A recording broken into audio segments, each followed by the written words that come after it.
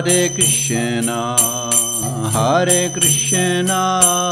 Krishna Krishna, Hare Hare, Hare Rama, Rama Rama, Hare Hare.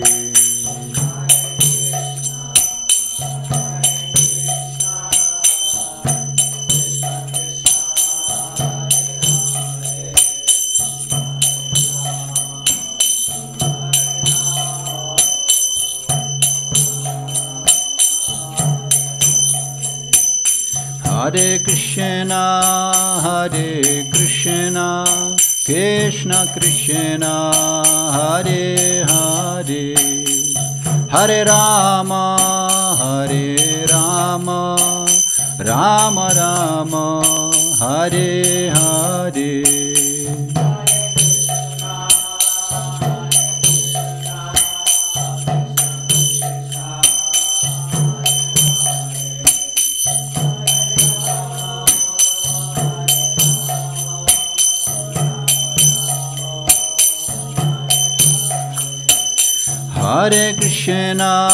Hare Krishna, Krishna Krishna, Hare Hare, Hare Rama,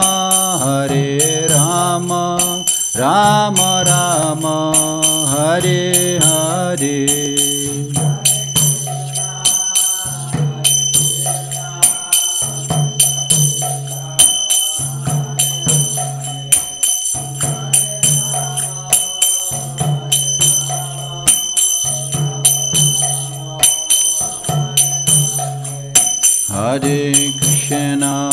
Hare Krishna, Krishna Krishna, Hare Hare, Hare Rama,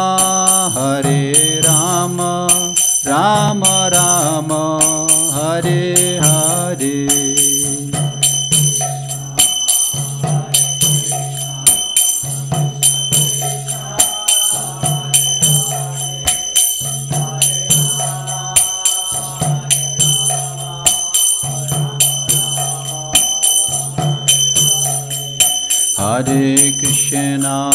Hare Krishna, Krishna Krishna, Hare Hare, Hare Rama, Rama Rama, Hare Hare.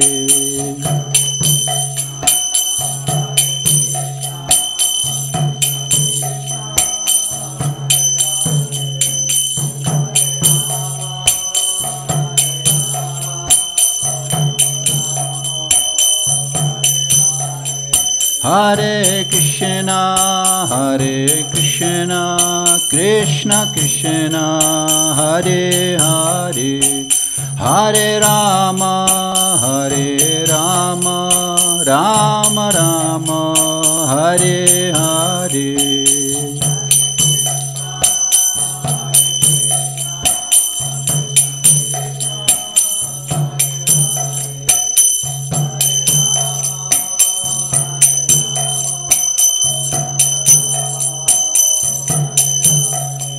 Jaya Prabhupada, Shila Prabhupada, Prabhupada, Jaya Prabhupada.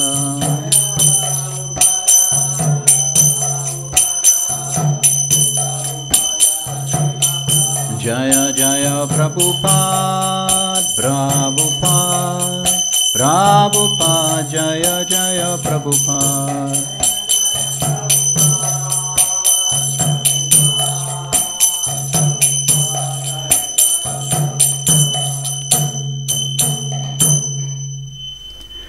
Gaur Premanande, Samaveda Bhakta Vrinda ki jai, Srila Prabhupada ki jai.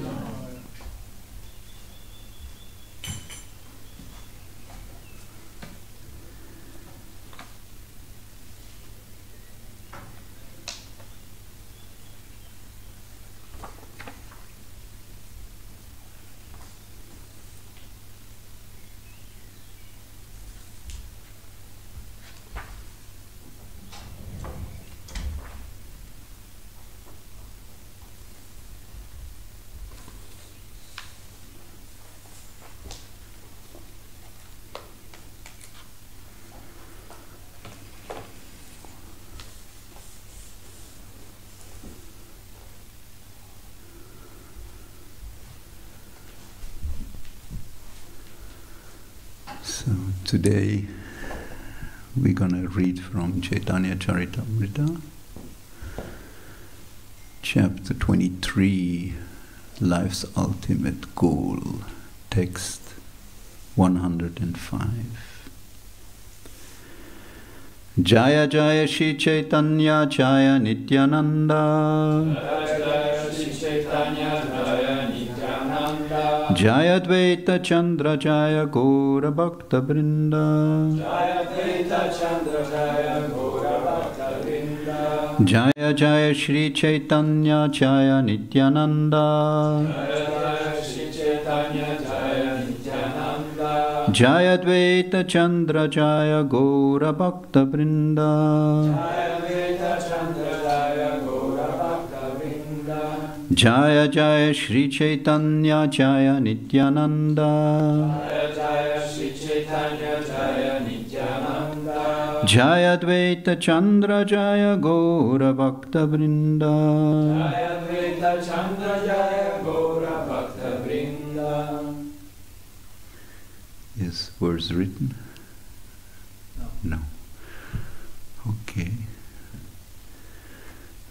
We can still try to repeat. It is an easy one.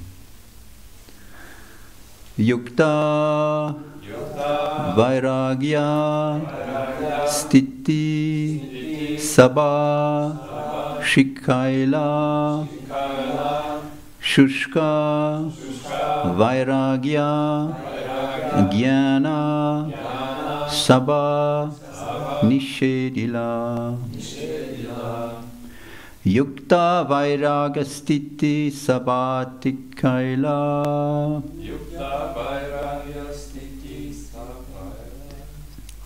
Yukta Vairagya Stiti Sabasikaila. Yukta Vairagya Stiti Sabatikaila. Shushka Vairagya Jnana Sabha Nishedila. Jnana Sabha Nishedila. Shushka Vairagya Jnana Sabha Nishedila. Shushka Vairagya Jnana Sabha Nishedila. Yukta Vairagya Stiti Sabha Shikaila. Yukta Vairagya Stiti Sabha Shikaila. Shushka Vairagya Jnana Sabha Nishedila. Shushka Vairagya Jnana Sabha Nishedila. Anyone wants to try? You don't have handy?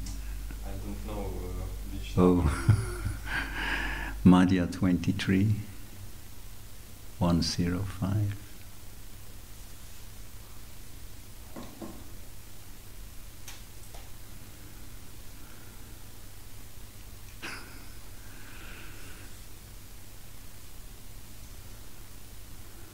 Yukta Vairagya Stiti Sabha Shikaila. Yukta Vairagya Stiti Sabha Shikaila. Shushka Vairagya Jnana Sabha Nishedila.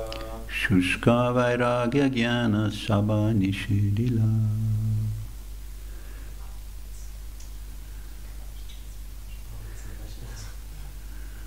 Krishna, okay. Yukta Vairagya. Yukta Vairagya. Of proper renunciation. Proper renunciation. Stiti, Stiti, the situation. the situation.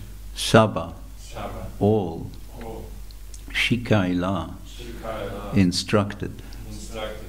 Shushka Vairagya, Shushka Vairagya, dry renunciation. dry renunciation.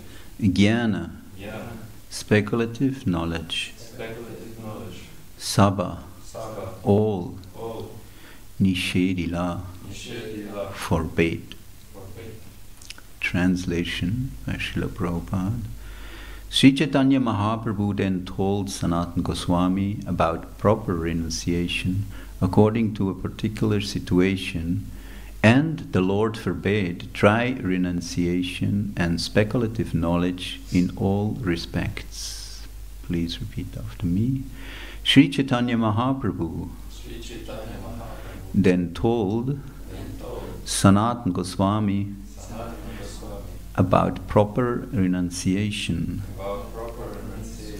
according to a particular situation. And the Lord forbade dry renunciation and speculative knowledge in all respects. Purport. This is the technique for understanding Shushka Vairagya and Yukta Vairagya. In the Bhagavad Gita 6:17 it is said, Yuktahara viharasya yukta chetasya karmasu yukta swapna arobodasya yoga bhavati dukkha. He who is temperate in his habits of eating, sleeping, recreation and work can mitigate all material pains by practicing the yoga system. To broadcast the cult of Krishna consciousness, one has to learn the possibility of renunciation in terms of country, time, and candidate. A candidate for Krishna consciousness in the Western countries should be taught about the renunciation of material existence, but one would teach candidates from a country like India in a different way. The teacher, Acharya, has to consider time, candidate, and country. He must avoid the principle of niyamagraha. That is, he should not try to perform the impossible. What is possible in one country may not be possible in another. The Acharya's duty is to accept the essence of devotional service. There may be a little change here and there as far as Yukta Vairagya, proper renunciation, is concerned. Dry renunciation is forbidden by Sri Chaitanya Mahaprabhu, and we have also learned this from our master, from our spiritual master, His Divine Grace, Bhaktisiddhanta Saraswati Thakur Goswami Maharaj. The essence of devotional service must be taken into consideration and not the outward paraphernalia. Sanatana Goswami wrote his Vaishnava Smriti, Hari Bhakti Vilas, which was specifically meant for India. In those days, India was more or less following the principle of Smarta Vidhi. Srila Sanatana Goswami had to keep pace with this, and his Hari Bhakti Vilas was compiled with this in mind. According to Smarta Brahmana, a person not born in a Brahmana family could not be elevated to the position of a Brahmana. Sanatana Goswami, however, says in the Hari Bhakti Vilas 2:12 that anyone can be elevated to the position of a Brahmana by the process of initiation. Yatha kanchanatam yati kamsyam rasa vidanatha tatha diksha vidanena drijatvam chayate nrinam. As pale metal is turned to gold when mixed with mercury in an alchemical process, so one who is properly trained and initiated by a bona fide spiritual master immediately becomes a Brahmana. And there is a difference between the mantra process, there is a difference between the Smarta process and the Goswami process. According to the Smarta process, one cannot be accepted as a Brahmana unless he is born in a Brahmana family. According to the Goswami process, the Hari Bhakti Vilas and the Narad Pancharatra, anyone can be a Brahmana if he is properly initiated by a bona fide spiritual master. This is also the verdict of Sukadev Goswami in Srimad Bhagavatam, 2nd Canto, 4th chapter, text 18. Kirata Hunandra Pulinda Pulkasha Abhira Sumbha Javana kashadhaya yin ye chapapa chat apashraya ashraya sudyanti tasmai prabhavishnave namaha. Kiratas, Hunas, Andras, Pulindas, Pulkashas, Aviras, Sumbhas, Javanas, and members of the Kashas races, and even others who are addicted to sinful acts, can be purified by taking shelter of the devotee of the Lord, due to his being the supreme power. I beg to offer my respectful obeisance unto him. A Vaishnava is immediately purified, provided he follows the rules and regulations of his bona fide spiritual master.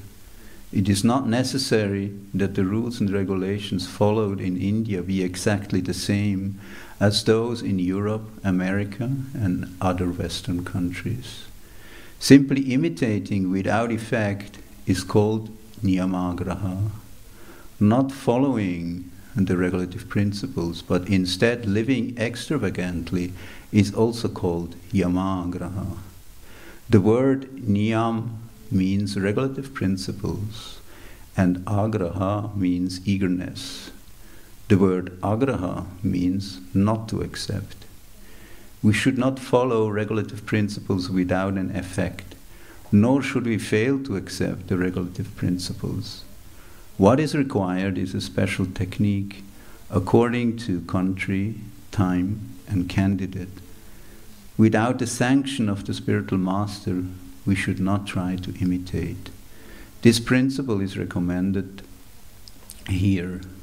Shushka Vairagya Jnana Shabani Shedila. This is Sri Chaitanya Mahaprabhu's liberal demonstration of the bhakti cult. We should not introduce anything whimsically without the sanction of the bona fide spiritual master. In this connection, Srila Bhaktisiddhanta Saraswati Thakur comments on these points by quoting two verses of Sri Rupa Goswami, Bhakti Rasamrita Sindhu 255 to 256. Anashaktasya vishayan yatharham upayunjata nirbandha Krishna sambandhe yukta vairagam uchyate prapanchikataya buddhya hari sambandhi vastuna mumukshubhi parityago vairagyam falgukatyate. When one is not attracted to anything, but at the same time accepts everything in relation to Krishna, one is rightly situated above possessiveness.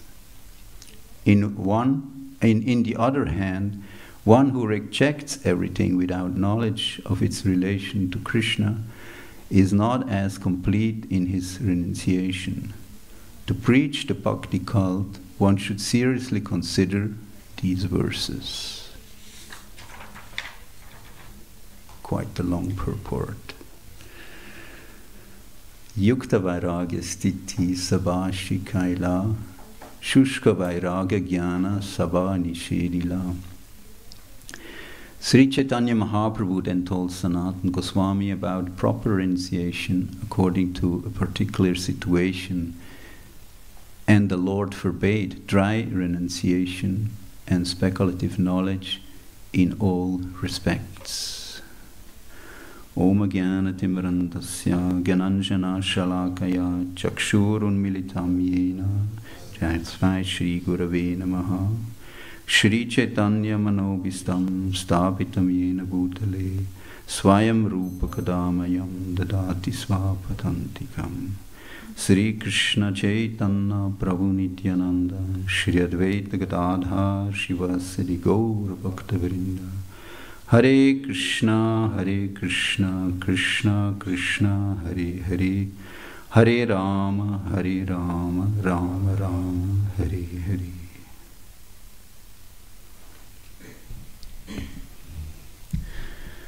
So, we already can see from the length of the purport, this is a very important verse in Srimad Bhagavatam. Prabhupada in the purport makes different points, especially also relating to the International Society for Krishna Consciousness, meaning his own preaching the cult of Sri Chaitanya Mahaprabhu. As we all know, Prabhupada at times mentioned that his godbrothers criticized him for different ways how he would preach. But Prabhupada makes the point here quite clearly that in order to successfully preach Krishna consciousness, one has to consider time, place, circumstances, and the candidate itself. He especially mentions that the situation and the candidates in the Western world are not of the same type, so to say, or same caliber as the ones in India. And as we can see, Prabhupada himself put different emphases, when preaching to the Western devotees, to Western people, than he would do in India. He especially made the point or highlighted that Hari Bhakti Vilas, the scriptures which was compiled by Sanatana Goswami, which actually describes the different activities of a Vaishnava, is especially meant, for India. Actually, Sri Chaitanya Mahaprabhu instructed Sanatana Goswami to compile these literatures. And one of the main reasons was in order to establish the supremacy of devotional service, and also to give scriptural references to its bona fide character. Prabhupada makes the point in the purport that the understanding, the smarta concept is very predominant, especially in India. And in order to convince these kind of people, Sri Chaitanya Mahaprabhu instructed Sanatana Goswami to study all Vedic scriptures and take out the essence out of these scriptures in order to establish the bona fidity and the supremacy of devotional service, of bhakti yoga being the ultimate goal of human life. There is also a reference to Bhaktisiddhanta Saraswati Maharaj's preaching. Prabhupada makes the point that his spiritual master, His Divine Grace Bhaktisiddhanta Saraswati Thakur Goswami Maharaj, showed also by example how to adopt and implement, according to time and place and circumstance, the true meaning of bhakti. So it was actually Srila Bhaktisiddhanta Saraswati Thakur who went to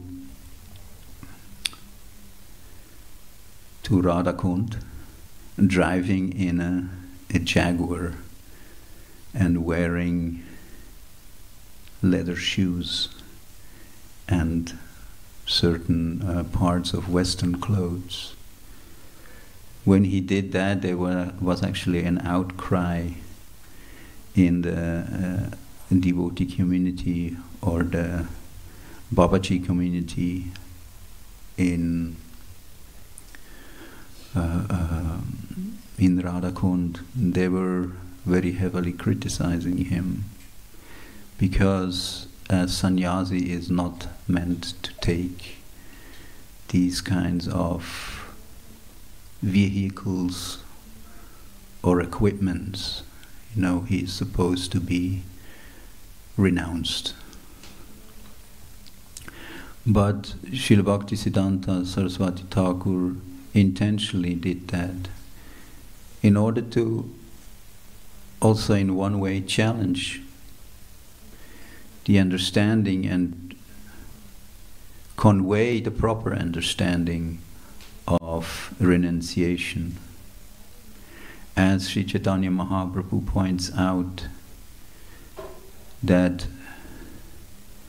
he forbade dry renunciation and speculative knowledge in all respects, meaning that renunciation, just following for the sake of being renounced, is not real renunciation. Here also the question would come up or could be asked, what actually can we renounce?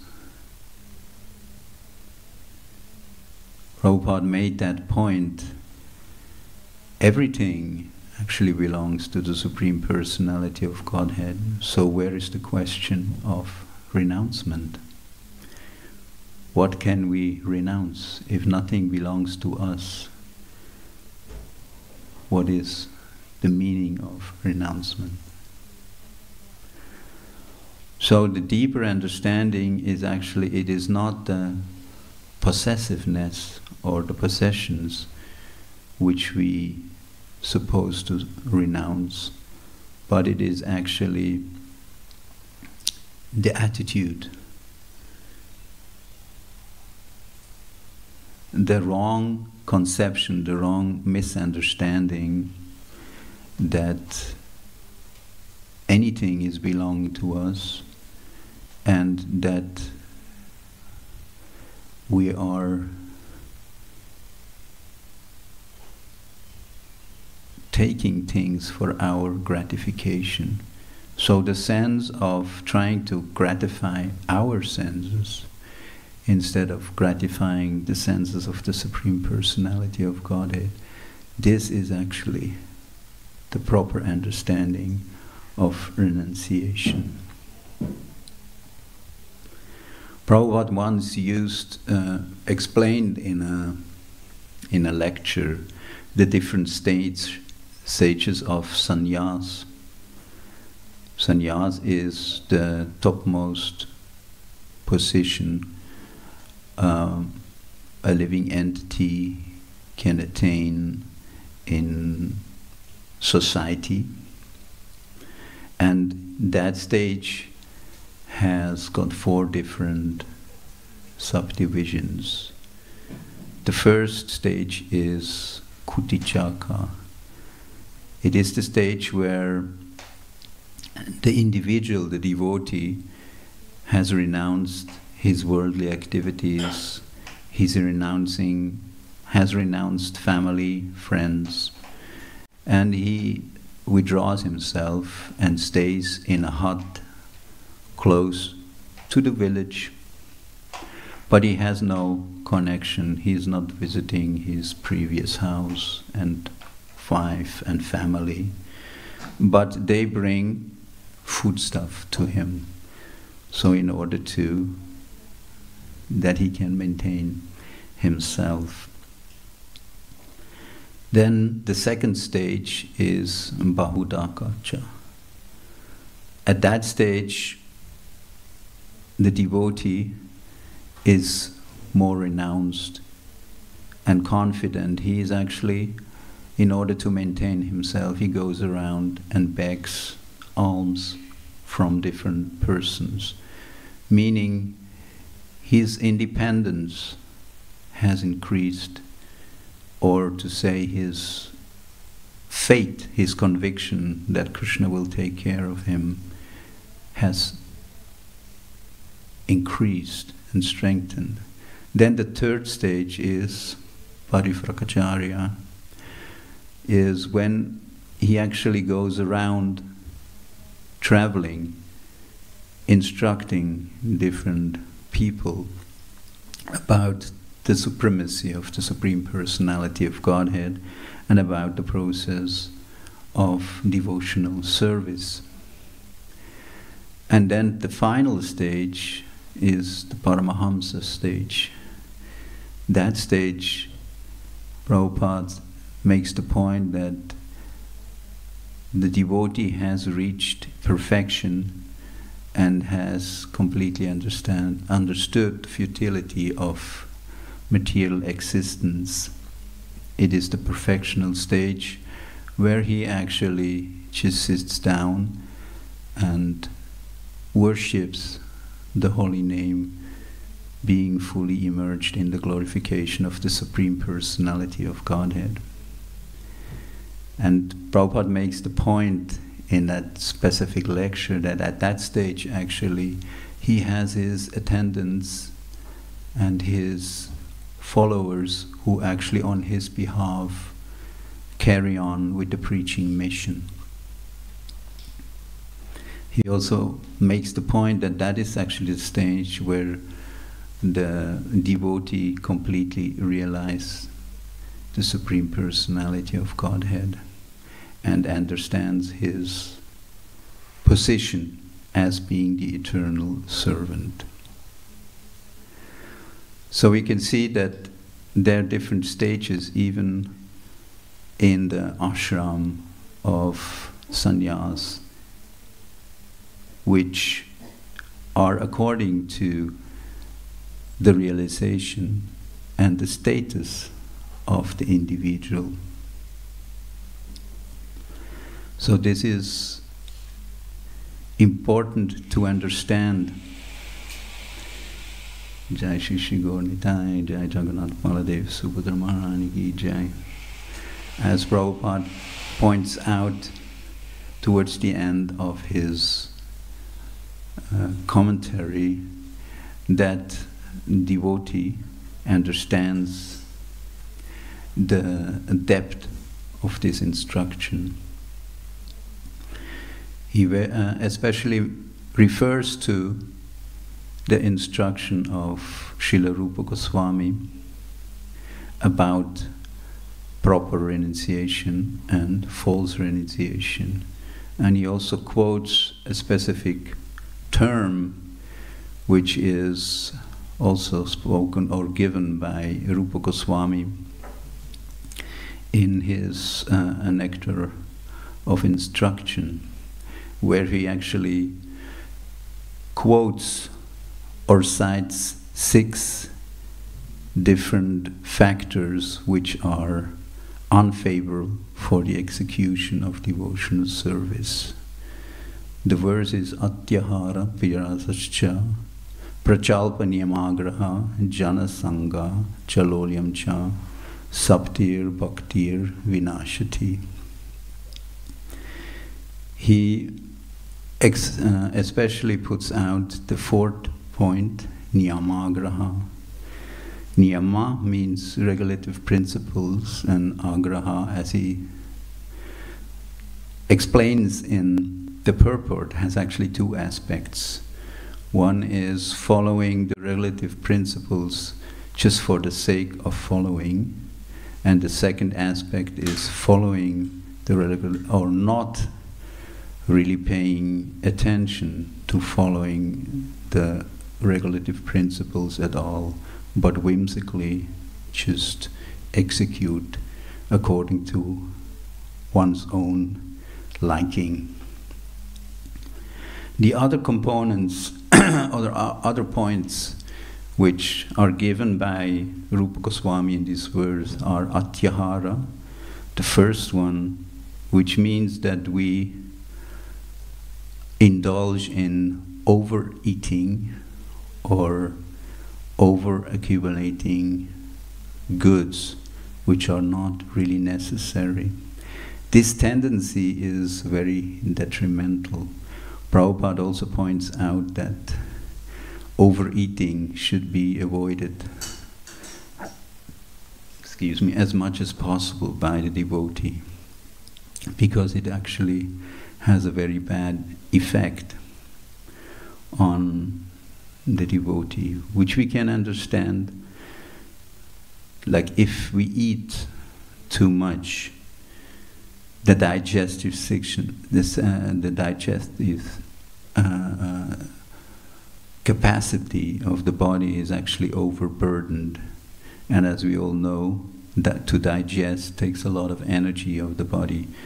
So if we overeat, we are actually unable to execute our devotional duties perfectly or to a good cause due to the lack of having energy. And as a reaction, we tend to sleep more than necessary. The same thing applies to over endeavoring for material possessions. Then atyahara prayasas cha. Prayasas means to over endeavor for material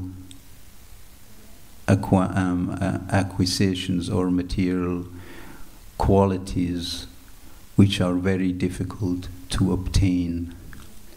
Once again, the stress is that the devotee shouldn't be too much focused on acquiring material qualities, material goods, because this will mislead him from the ultimate goal of devotion. Then atyahara prayasascha. Then the third point Rupa Goswami makes is prachalpa, meaning unnecessarily discussion and talks about mundane topics. As we all know, as it is also written right in the beginning of Srimad Bhagavatam, that the essence or the foremost duty of a devotee is to further and to attain attraction for the Supreme Personality of Godhead, for narrations about the Supreme Personality of Godhead. So naturally, discussions about material topics should be avoided because they distract the devotee on his path to attain that affection. And then niyamagraha, what we just discussed, and very nicely also Prabhupada points out in the purport, that rules and regulations should be followed in order to attain devotional service, and not for its sake to follow them, neither to neglect and whimsically follow. Then jana sangha, the association of worldly minded people, should be avoided, because association is a very powerful tool. Sri Chaitanya Mahaprabhu states that one of the most important point for a devotee is to seek proper association, because through association we actually attain or receive guidance. So if the association is godly, sadhu sangha, then we actually will profit from this association by acquiring the good qualities of the devotees we associate. Well, on the other hand, if we associate associate with worldly minded people, we actually tend to take on that material consciousness of these worldly minded persons. And finally, lolyam, greed, the greed for material achievements. Prabhupada makes a point in his purport of this verse that lolyam includes the desire for material achievements. It also includes the striving for empirical knowledge, jnana, as well as the achievements of mystic powers. So all the goals of karma, jnana, and yoga, mystic yoga, is actually considered to a certain extent as falling under the category of lolyam. So for us devotees, we should try to be aware of this and try to focus ourselves to be engaged in pure devotional service, as Rupa Goswami defines it, anyavilasita sanyam, jnana karma dhanavritam, anakulyana krishna silanam, bhakti uttaman. That pure devotional service is actually free of any desire for material achievements, karma, or any empirical philosophical acquisition of knowledge, jnana, and is only based on pure, unalloyed devotional service. A very nice example in this regard has been given in Srimad Bhagavatam. There it is stated that the different kinds of austerities, brahmacharya, following brahmacharya life, and cultivating cleanliness, truthfulness, all these intentions are actually very laudable and pious, lead to a very pious life.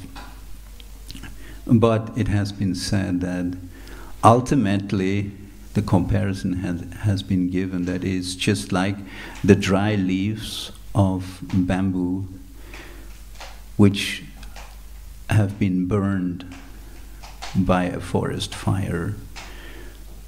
It has been compared that the sins which we have accumulated are compared to these dry leaves, and they are burned by the execution of tapasya brahmacharya, sochim satyam dhamma sama dhamma, like this. But it is temporary, because as soon as the rain comes again and sun comes, the roots are still in the ground and they haven't been taken off by the fire. And if the devotee is not careful, the roots will sprout again, and these unwanted things which are characterized by these plants will grow again. Whereas in contrary,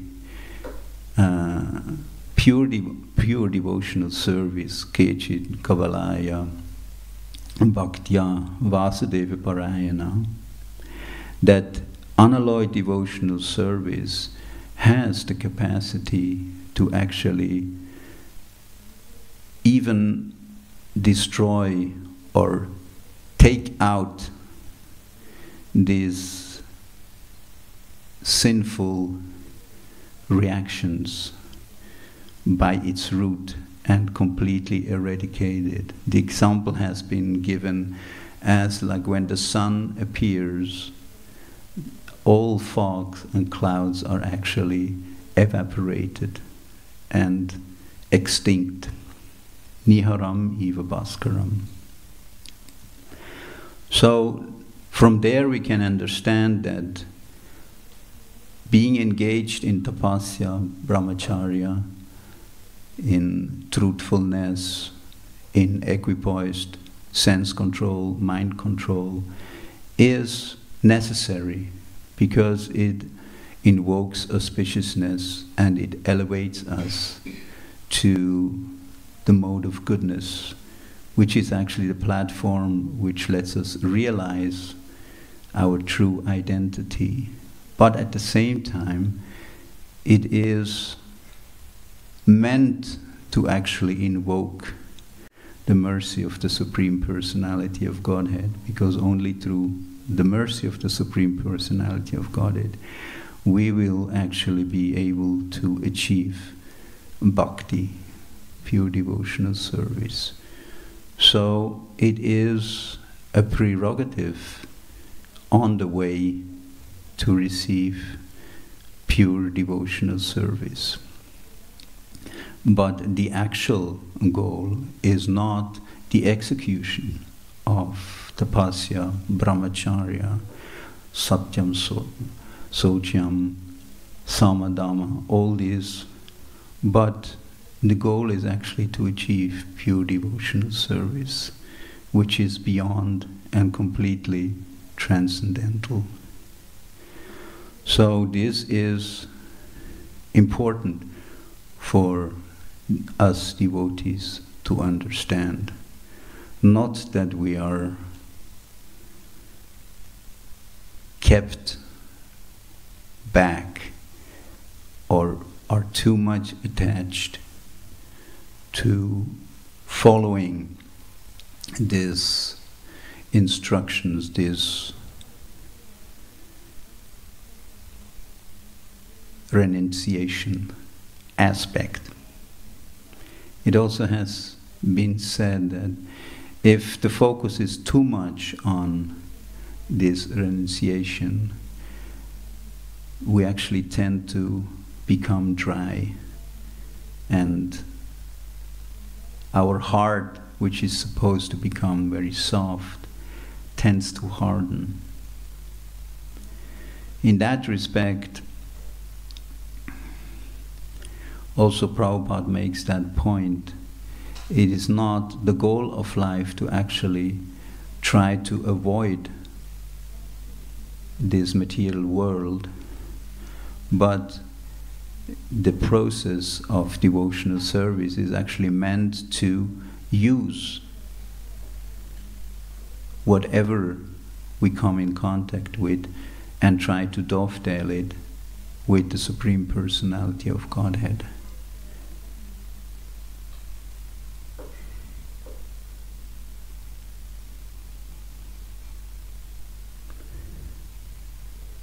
Because everything actually is, in its essence, spiritual. It is just a question how we look at it. As also the definition has been given in Srimad Bhagavatam by the Supreme Personality of Godhead personally to Brahma. It states in the Chaturshloki, the second one, Rite artam yat pratyeta na pratyeta chatmani tad vidyat atmano maya yata vasho yata tamaha. That whatever appears to have any value, if it is not connected to the Supreme Personality of Godhead, know it that it has no value.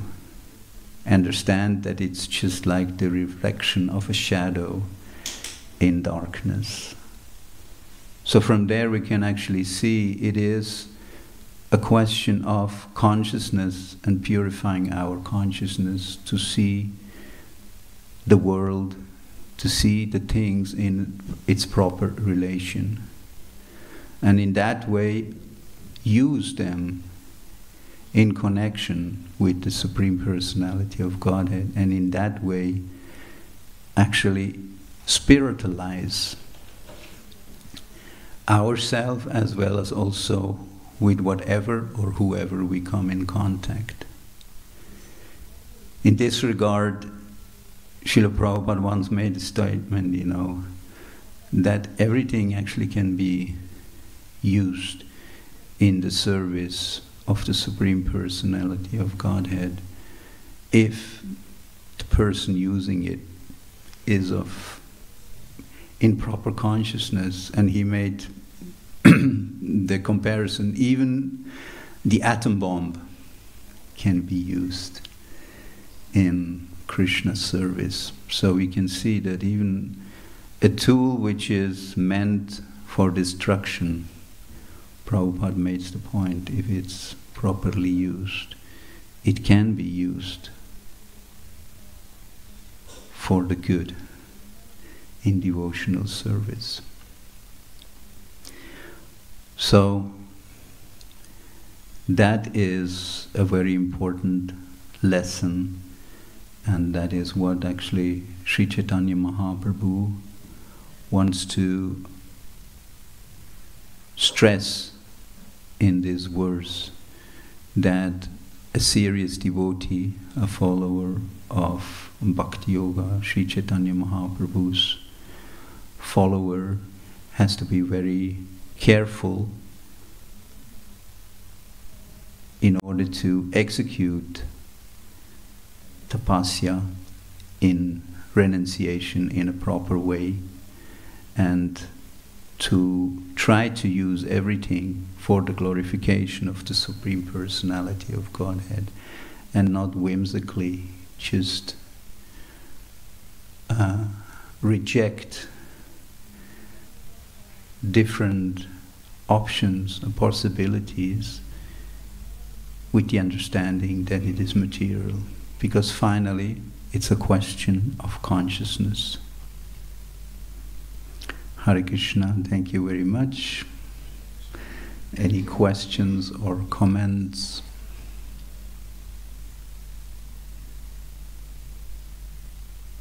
Yes.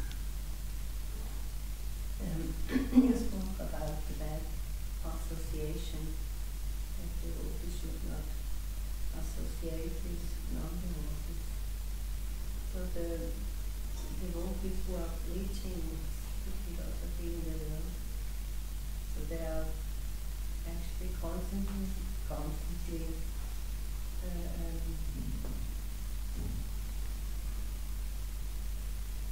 they are confronted constantly with non-devotees. Yeah. How they are protecting themselves.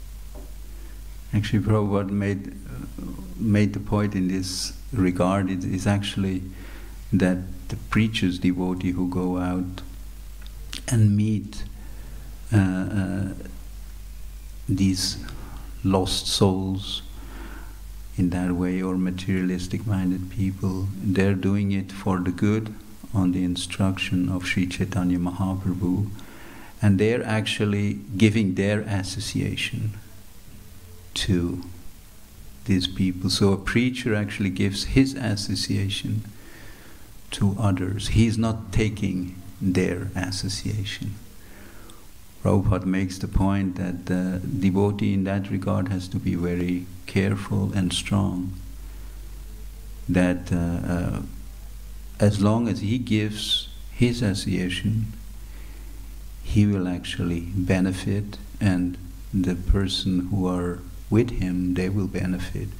But if he takes their association, he actually will be doomed. So in that way, even we, as when we go out and preach, we should be always careful and make it a point that we give our association to them and not take their association. But one is for sure, like whoever does that, preacher, they're under a special protection of the Supreme Personality of Godhead. And because it is, finally it is Sri Chaitanya Mahaprabhu's instruction, he says that under my order you become a guru, and whoever you meet, you speak about Krishna and try to elevate. So, in that way, that is the proper approach, how to associate. But the understanding is Chana Sangha in that way, as Srila Rupa Goswami defined it, means that we take association. But a preacher actually gives his association. He doesn't take the association of worldly mind people. Hare Krishna, is that okay? Anything else? Okay, thank you very much. Grantaraj, Sri Chaitanya Charitamrita ki jai, Srila Prabhupada ki jai, Gaur Premanande, Hari Hari Bol.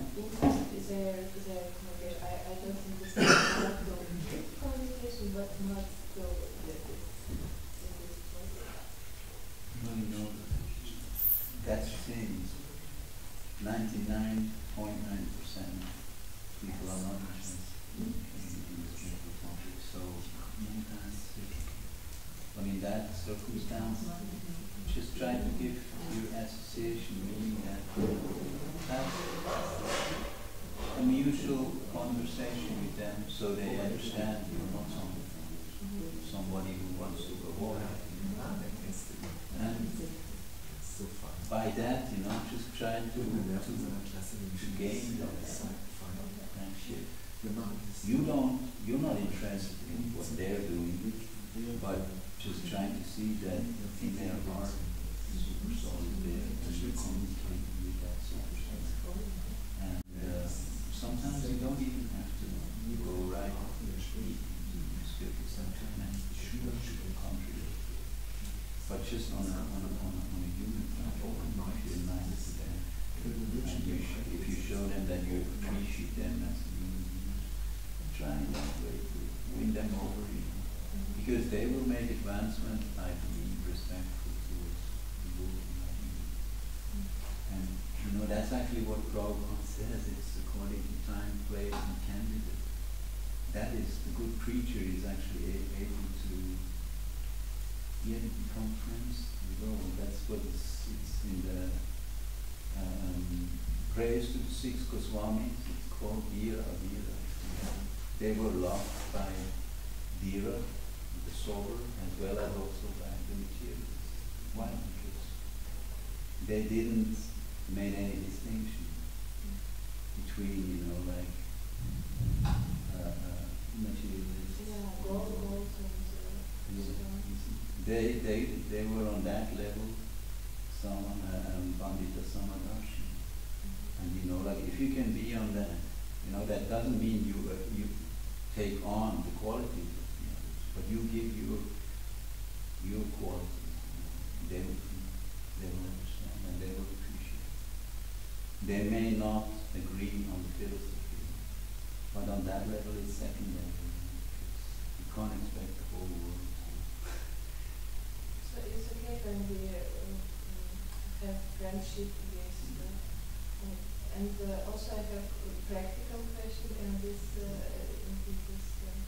way, because sometimes when I want to get this friendship with materialistic people, so I have to share a bit their activity. For example, they organize some parties, and I also have to join. It's because I'm not interested in, but I have just to get in this connection, communication. So is it okay when we also live in this party? And they also problem with this food because they. Then you have to see how strong you are, and don't put yourself in a situation where you can't withstand. I don't know what kind of parties these are. Not very hard parties, but when they just take together, listen music, watching films or something like this. Because in my real life, I don't make so, but and I avoid this. I live in this way as I described half year, and then now I find myself in this isolation. And in 2 months I will change my situation. I will go to university, and it will be the same. And I want to understand which mistakes I made this time, and what in which way I have to go next time. So, for example, when it's not very Tamaguna party, but just for communication, just something like this. So is it okay when we join it? Yeah, I would say it's up to you. Don't get involved with any kind of, like activities which are completely, unfavorable. Intoxication, all like these things. But otherwise, it depends on you. Are you confident to do that? And always, consider you're doing it in order to try to elevate them. Is there a chance, to elevate them? And if you see a chance and you feel strong enough, why not? Because but be always careful. You actually know yourself. If you're completely exhausted and downtrodden after being in their association, you may think. But if you can withstand it, I would say you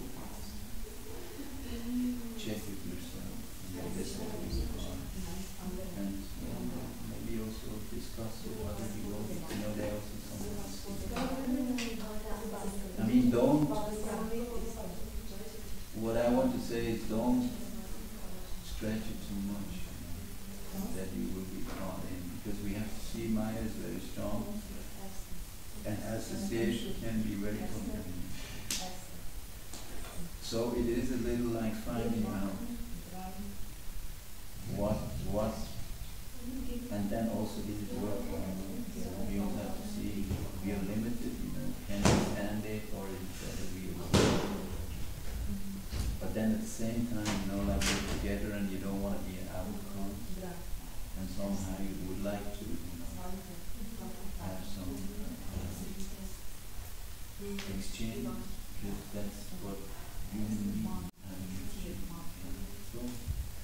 why if your motivation is to try to elevate protection of Krishna, you see, sometimes Krishna is very small and he gives really interesting thing. I saw it like in the universal preaching. I just try to be their friend. Even they have some ideas and works and all like that, but we're not interested in them. But we can see their spiritual so try to extend your friendship and your appreciation what they're doing. But at the same time, be yourself and try to influence them. Because always remember that whatever they appreciate on the book, that is called Bhagavad Sukriti. That will bring them closer to Krishna. It's not that, you can't expect them from one day to another to appreciate them. It's sometimes it's a gradual process. But and finally that's Sri Chaitanya Mahaprabhu's mission. It doesn't matter who it is, trying to bring them closer somehow or other. And that starts with appreciation, that they appreciate somebody who is actually doing that. Last question about in a mood when I come into this relationship. I spoke with the devotees also about this problem, and they said to me that maybe the problem is that I'm trying to devotee for some principles and they are, so I can share it. And when I cultivate this mood that I want to give to them something and I want to avoid materialistic things, so how not to be proud and What is there to be proud of?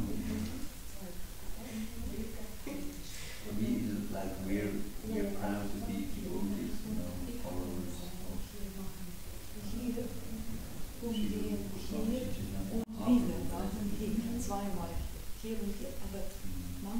Actually, that pride goes with convention. But the pride of the karmis is I'm better than you.